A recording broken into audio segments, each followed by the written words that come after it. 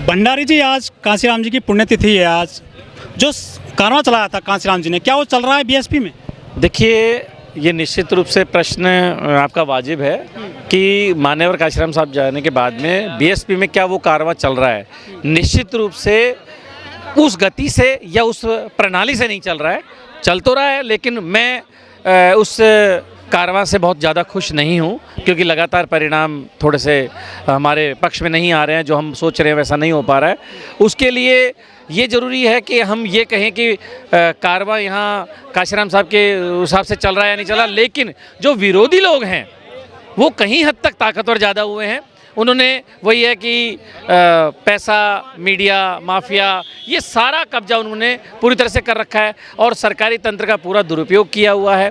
आप ये देखिए कि कांशीराम साहब इस समाज को 200 रुपये किलो चावल खरीदकर खाने वाला बनाना चाहते थे, और आज समाज फ्री के चक्कर में वोट दे बैठता है। आप यहाँ सोचने की ज़रूरत है। हम पार्टी की प्रणाली पर प्रश्न उठाने से पहले हम लोगों के सोचने पर जो प्रभाव, जो बदलाव आया है, हम उस पर देखेंगे। क्योंकि कांशीराम साहब के कारवां को जिसने सुना उसने नौकरी छोड़ दी, जिसने सुना वो पार्टी से जुड़ गया, ईमानदारी से काम किया और सत्ता परिवर्तन करके दिखाया। लेकिन आज जो लोग हैं वो लोग व्यक्तिगत लालच, स्वार्थ जो है उसके अंदर बर्बाद हो चुके हैं। वो आने वाली पीढ़ी को गुलामी की तरफ धकेल रहे हैं। आप ये देखिए कि जो संविधान विरोधी हैं, जो संविधान बदल रहे हैं, उनको वोट देकर वो जिता रहे हैं। तो इसका मतलब आप समझिए कि लोगों में बदलाव ज़्यादा हुआ है, बकाए पार्टी की उसमें।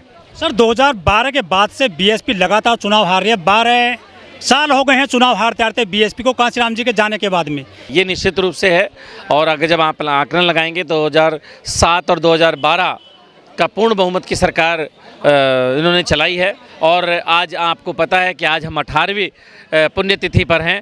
जब मान्यवर साहब गए थे उसके बाद हमारी पूर्ण बहुमत की सरकार बनी थी। 12 तक बहुत अच्छे काम हुए, और वो काम हुए जो गैर बराबरी की सत्ता को बनाए रखने वाले जो लोग हैं, मनवादी जो व्यवस्था के लोग हैं, उनके आप हालत आज देखिएगा कि जिस तरह का स्मारक बने हैं, जिस तरह की विचारधारा बनी, जिस तरह के कैडर है, जिस तरह का समाज को तैयार किया गया है बीएसपी के कार्यकर्ताओं के द्वारा, उस जो समाज है वो जो बना और जिसने सत्ता परिवर्तन किया, पूर्ण बहुमत की सरकार जब बनाई, तो आप ये देखिए कि उनको एन के प्रकरण बसपा को ख़त्म करने का षड्यंत्र मतलब शुरू करने पड़े और ऐसी साजिशें करनी पड़ी कि हमारे लोगों 15 साल में कोई कांशीराम क्यों नहीं पैदा हुआ बीएसपी में? ये बात निश्चित रूप से है कि मान्यवर कांशीराम साहब जैसा एक ही बार पैदा हुआ है, ना पैदा पहले हुए थे ना बाद में पैदा होंगे। ये निश्चित रूप से, हाँ, कांशीराम जी के अनुयायी जरूर पैदा हुए हैं और भी हो रहे हैं, धीरे धीरे तैयार है, कुछ युवा भी तैयार हो रहे हैं। लेकिन मैं ये बताऊं आपको, जैसे मैं अभी बता रहा था कि समाज की सोच में बदलाव आया है। सोच समाज की ये हो गई है कि मुझे फ्री में राशन मिल जाए, फ्री में मेरी बिजली मिल जाए, फ्री में चावल मिल जाए। ये जो फ्री का जो लालच है, मैं आपके चैनल के माध्यम से समस्त जो व्यूअर हैं, जो देखने वाले हैं, उनसे पूछूंगा कि क्या चूहे को पता होता है कि फ्री में मक्खन लगी हुई ब्रेड पिंजरे में क्यों रखी गई है? जब तक उसको ज्ञान आता है तब तक उसकी हत्या हो चुकी होती है या वो बहुत दूर जा चुका होता है। ये चीज़ें हमें समझनी पड़ेगी, क्योंकि मान्यवर का साल से क्यों नहीं जान पा रहे हैं कि इसमें मक्खन लगा हुआ है? इसमें मैं बसपा के वोटर, देखिए, ये बात बसपा के वोटर तो समझ रहे हैं, लेकिन बसपा के वोटरों में जो सेंधमारी की गई है, जिस तरह से दूसरे लोगों को तैयार किया गया है, या आपके वोटों का ध्रुवीकरण करके उनको तोड़ करके अलग अलग तरीके से बांट दिया गया है कि आप अलग अलग संगठनों में नहीं, तो आपको देखेंगे कि इस देश के अंदर मान्यवर कांशीराम साहब ने बाबा साहब को पुनर्जीवित किया, ताकत के साथ जीवित किया। 10 लाख संगठन बाबा साहब के नाम से हैं, लेकिन वो लोग किसका काम कर रहे हैं? मनुवादी लोगों का। उन 15% लोगों के अनुदान से वो संगठन बनते हैं, और वो आखिर में आके जब चुनाव के टाइम पे वोट डलवाने का काम करते हैं उन लोगों को जो संविधान विरोधी हैं, बाबा साहब के विरोधी हैं, कांशीराम साहब के विरोधी हैं, और इस समाज के संवैधानिक अधिकारों के विरोधी रहे हैं। 2012 के बाद से आपकी सीटें भी घट रही हैं, वोट परसेंट भी घट रहा है, दिक्कत कहाँ लग रही है? देखिए, दिक्कत कार्य प्रणाली में तो है, इसमें दोहराई नहीं है कि हमें थोड़ा सा समय के साथ बदलाव की ज़रूरत थी। हम वो बदलाव उचित समय पे पूरी तरह से नहीं कर पा रहे। हाँ, अभी हम बदलाव के दौर में, कुछ युवा साथी आए हैं, जैसे आकाश आनंद जी आए हैं, तो कुछ हम समझ सकते हैं कि जिस तरह का अब ज़रूरत है वो चल रही है, पहले चलनी चाहिए थी, ये निश्चित रूप से सत्य है। और कार्यप्रणाली के साथ साथ जो लोगों की सोच है या जो हमारा भारत के आपका मुस्लिम वोट कट गया, दलित भी कट रहा है, कांग्रेस पे जा रहा है, बीजेपी पे जा रहा है आपका वोट बैंक। अच्छा क्यों जा रहा है, इस बात का आपने भी आकलन लगाया होगा कभी कभी। क्या पकड़ नहीं रही है आपकी बसपा के वोटर पर? देखिए ये जो मिशन है ना, ये मिशन किसी को फ्री में देकर या बंद कमरे में बंद करके रखने के लिए नहीं है, या मुस्लिम हिंदू मुस्लिम करने के लिए नहीं है, या जातियों की राजनीति करने के लिए नहीं मिलता है। आप जब राजनीतिक कट्टरता दिखाते हो तब जाकर आपका इकट्ठा वोट होता है। आज युवा एक जगह होता जा रहा है, धीरे धीरे बसपा से दूर हो गया, अलग हो रहा है। लेकिन आप मानते हैं कि वो कैडराइज है?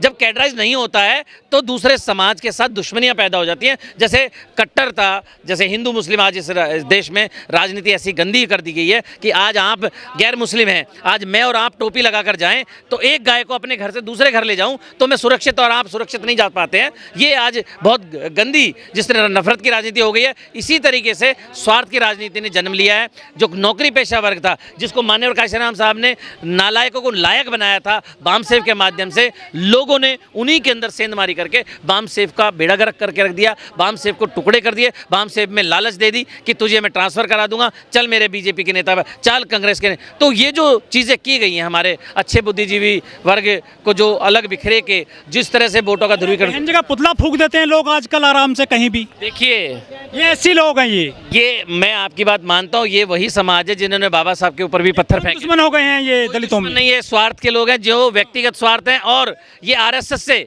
फंडिंग लेने वाले, उनके रहमो करम पर जीने वाले, अपने बच्चों को सेटिंग करके लगाने वाले वो लोग हैं जो, और निश्चित रूप से मैं उन लोगों के सख्त खिलाफ होकर एक बात जरूर कहूँगा कि वही आने वाली पीढ़ी को गुलामी में धकेलने के जिम्मेदार हैं, वही समाज के दुश्मन हैं, वही संविधान के दुश्मन हैं कि जो आज अच्छे नेता को, जो आपके संवैधानिक अधिकारों की बात करे, जो आपके बच्चों के भविष्य की बात करे, उसको ना चुनते हुए दूसरे लोगों को जो दिखावा करें। झंडे जला दिए जाते हैं, बहन जी की जो फोटो जलाई जाती है, कौन लोग हैं ये? देखिए ये बसपा के लोग नहीं है, ये निश्चित रूप से दलित ना। देखिए मैं बता दूं, वो दलित आप बोल सकते हैं आपके चैनल के माध्यम से, लेकिन मैं ये कहूँगा कि वो इस देश के दुश्मन हैं, ये देशद्रोही लोग हैं जो आरएसएस से थोड़े से उनसे प्रेरित होकर या उनकी बातों में बहक करना ये जो चीज़ें की हैं कि दलित झंडे जला रहे हैं या बहन जी का पुतला फूंक रहे हैं। और ये हुआ कब है? ये आरएसएस की जब वर्गीकरण की ये जो नीति आई और आरएसएस ने जो फूट डाली कि वाल्मीकियों तुम्हारा जो आरक्षण है वो तो जाटव खा गया, ये तुम्हारा चमार खा गया, फलां खा गया। देखिए इस चैनल के माध्यम से कहूँगा कि आरक्षण कोई किसी का नहीं खाता है, कोई खा नहीं सकता। अगर मेरा वाल्मीकि भाई का बच्चा पढ़ा लिखा है और इंटरव्यू क्रैक कर सकता है, अच्छा इंटरव्यू, तो वो निश्चित रूप से नौकरी लगेगा। लेकिन यदि ज़्यादातर जो मेरा गांव का जो तबका है, जो वाल्मीकि समाज है, बहुत सारे लोग हैं वो पढ़ाई से दूर हैं, वो झाड़ू के तो नज़दीक हैं, वो मनुवाद के तो नज़दीक हैं, वो कावड़ियों के तो नज़दीक हैं, लेकिन वो उस मुकाम को पाने में अभी थोड़े असमर्थ हैं। कुछ कम लोग पढ़े लिखे जो बाहर निकले हैं, वही उनके बच्चे नौकरी लग पा रहे हैं। मान्यवर काशीराम साहब ने कहा था कि मैं इस देश में बाबा साहब के बच्चों के बिना राजनीति नहीं चलने दूंगा, और उन्होंने पूरी की। और आज काशीराम साहब की फ़ोटो और उनको माला वो लोग पहना रहे हैं जो साहब के सबसे ज़्यादा विरोधी थे। अभी एक शायद आपको कहीं बैनर दिख जाएगा कि दूसरा राष्ट्रीय अधिवेशन हो रहा है ना, बाम सेव का, उसके अंदर बाबा मान्यवर साहब की बहुत बड़ी फ़ोटो लगाई है। वही आदमी जो उस समय मान्यवर साहब से अलग हुआ और ये कह रहा था साथ ले लो उनको अपने साथ। मैं क्या कह रहा हूँ, वो सिर्फ नागपुर हेडक्वार्टर से चलने वाले लोग हैं। मैं कह रहा हूँ जिस तरह की भाषा वो यूज़ कर रहे हैं, जिस तरह के मनुवाद को गाली देते हैं, जिस तरह की जातीय हिंसा को फैलाने के लिए वो जिम्मेदार हैं, वो लोग बचते हैं। लेकिन हम अगर बोल दें तो हमारी जमानत नहीं होगी। आप क्या समझते हैं कि बामन विश्राम की जमानत क्यों नहीं हो रही? क्योंकि नागपुर हेडक्वार्टर, आप समझते हैं आरएस का हेडक्वार्टर, उसके जब बस जस्ट नज़दीक उसका घर है, वहाँ से वो प्रेरित होते हैं और वो चीज़ों को फैला के इसलिए कर रहे हैं कि कुछ लोगों को यहाँ से ले जाएं। जान कैसे पड़ेगी बीएसपी में? जान देखिए, जान तो ये होगी कि अब करो मरो में जीरो हो गए हैं। बिल्कुल हो गए हैं। मैं निश्चित रूप से मानता हूँ आपका ये जो आपका दुख है या मेरा जो दुख है वही एक ही है, लेकिन वोटिंग परसेंटेज पार्टी रहेगी बसपा लग रहा है अभी बिल्कुल रहेगी और हम उसको राष्ट्रीय पार्टी बनाए रखेंगे।